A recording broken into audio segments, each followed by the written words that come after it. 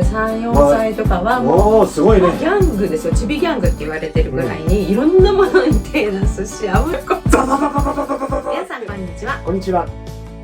したいの4つのキスチャンネルの辻ひろえです。ずりです。久々のアンチョコ編でございます。そうだね。5回に1回のはずがもう10何回ぶりだね。そうだね。15回ぶりか。これサボってたわけじゃなくて、10回シリーズのね。ちょっと長いやつやってたので、アンチョコができなかったんだけど、今回は超久しぶりにやります。はい、今回のテーマはキスっていつ決まるのっていうことなんですけど、これ結構質問で来ることが多くて。生まれた時にキスはあるのかとか、そのキスってもう生まれた時から変わらないのかとか、そういう質問をよくもらいますね。これズバリいつって言っちゃった方がいいのかな。そしたら今日の回終わりだけどね。もうちょっと伸ばした方がいいのかな。もうちょっと伸ば最速1分で終わりとき。基本的には、その生まれた時からものキスもあるんだけど、そこがずっと残っていくものもあるし、残っていかないものもあるんだよね。一応気質を持った状態で生まれていきます。ただしそこから気質が変わっていくんだよね。変わっていく変わっていく。そういうことなんですよ。そうなんです。だから決まってるわけじゃない。あるけど決まってない。そう、あるけど決まってない。決まってないですね。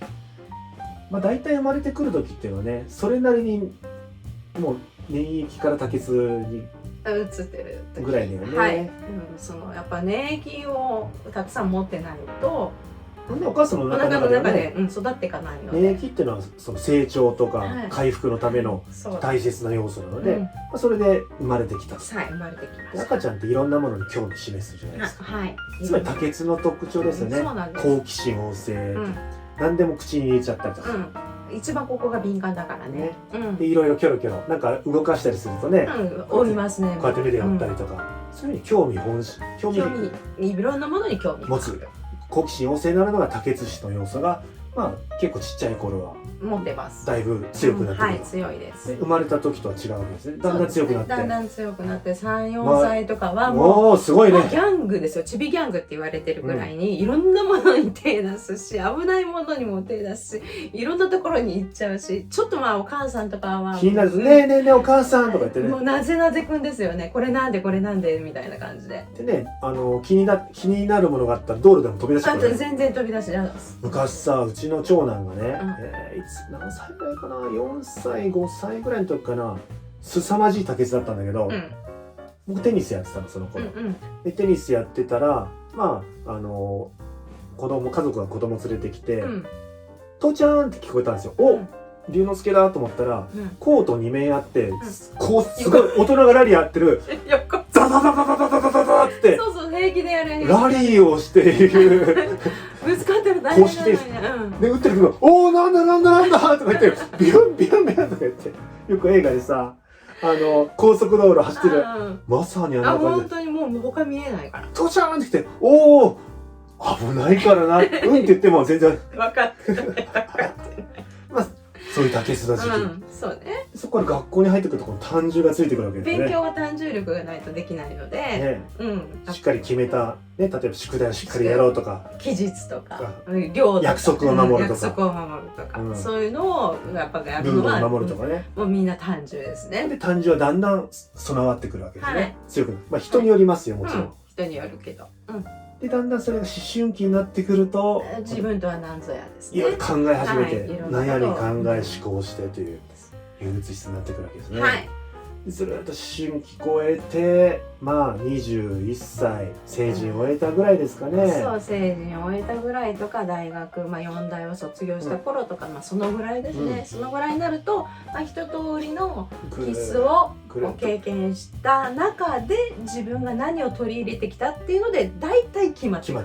大体。ちなみにそこで自分で決めてるわけじゃないんですよ。そう、自分で決めてる。じゃあどのキスになろうかななんてことはなりません。なりません。もう勝手にそういうふうに染みついてるというか。そう、染みついてますね。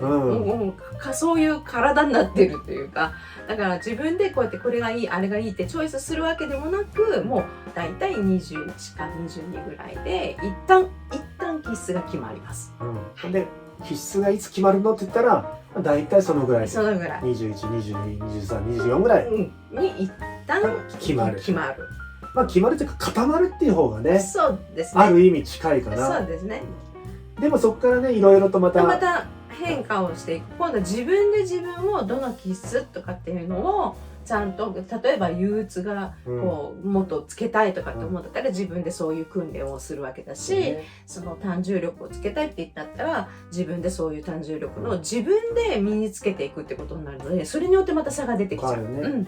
もしくはまあ状況によってね、やっぱり例えば仮に多血が強いとしても税理士会計事務所とかで働くと弁護士さんいるしね、弁護士さんとか、そうするとある程度憂鬱の要素も必要になってくるから後付けで憂鬱の要素が強くなったりとか、もしくはもう絶対やらなきゃいけないんだっていうところに行くとそこで単重力ついたり、そうですね、でも逃げまくってると免疫がどんどん強くなったりとか、いろいろその後の状況にいても若干変わってきます。若干、で、僕らがやってるこの4つの気質コーチングっていうのもあるんですけど、それはどの気質を伸ばしていこうかとかね、社員研修でもやってますよね、今の気質はどんな気質ってみんなでやって、じゃあ自分はどの気質を伸ばしていきたいなっていう、その人によって取り組む課題が変わってくる。そうするとちょっとずつその気質をある程度補うっていうのかな、足していくことができるし、自分の強みをもっと強くすることもできるということになります。ということでね、話戻りますけど、いつ決まるかといったら大体20から24ぐらいの間に固まってくるというのが気質でございます。次回は気質別話の合わせ方、話やっぱり合わせなきゃいけない時もあるし、特に営業やられてる方はね、合わせてあげることで会話が進むってこともあるので、そのね気質ごとの合わせ方の違いっていうのをやっていきたいと思います。ということで今日の内容が面白かった、参考になったと思ったらチャンネル登録お願いします。高評価もよろしくお願いします。ではまた4日後お会いしましょう。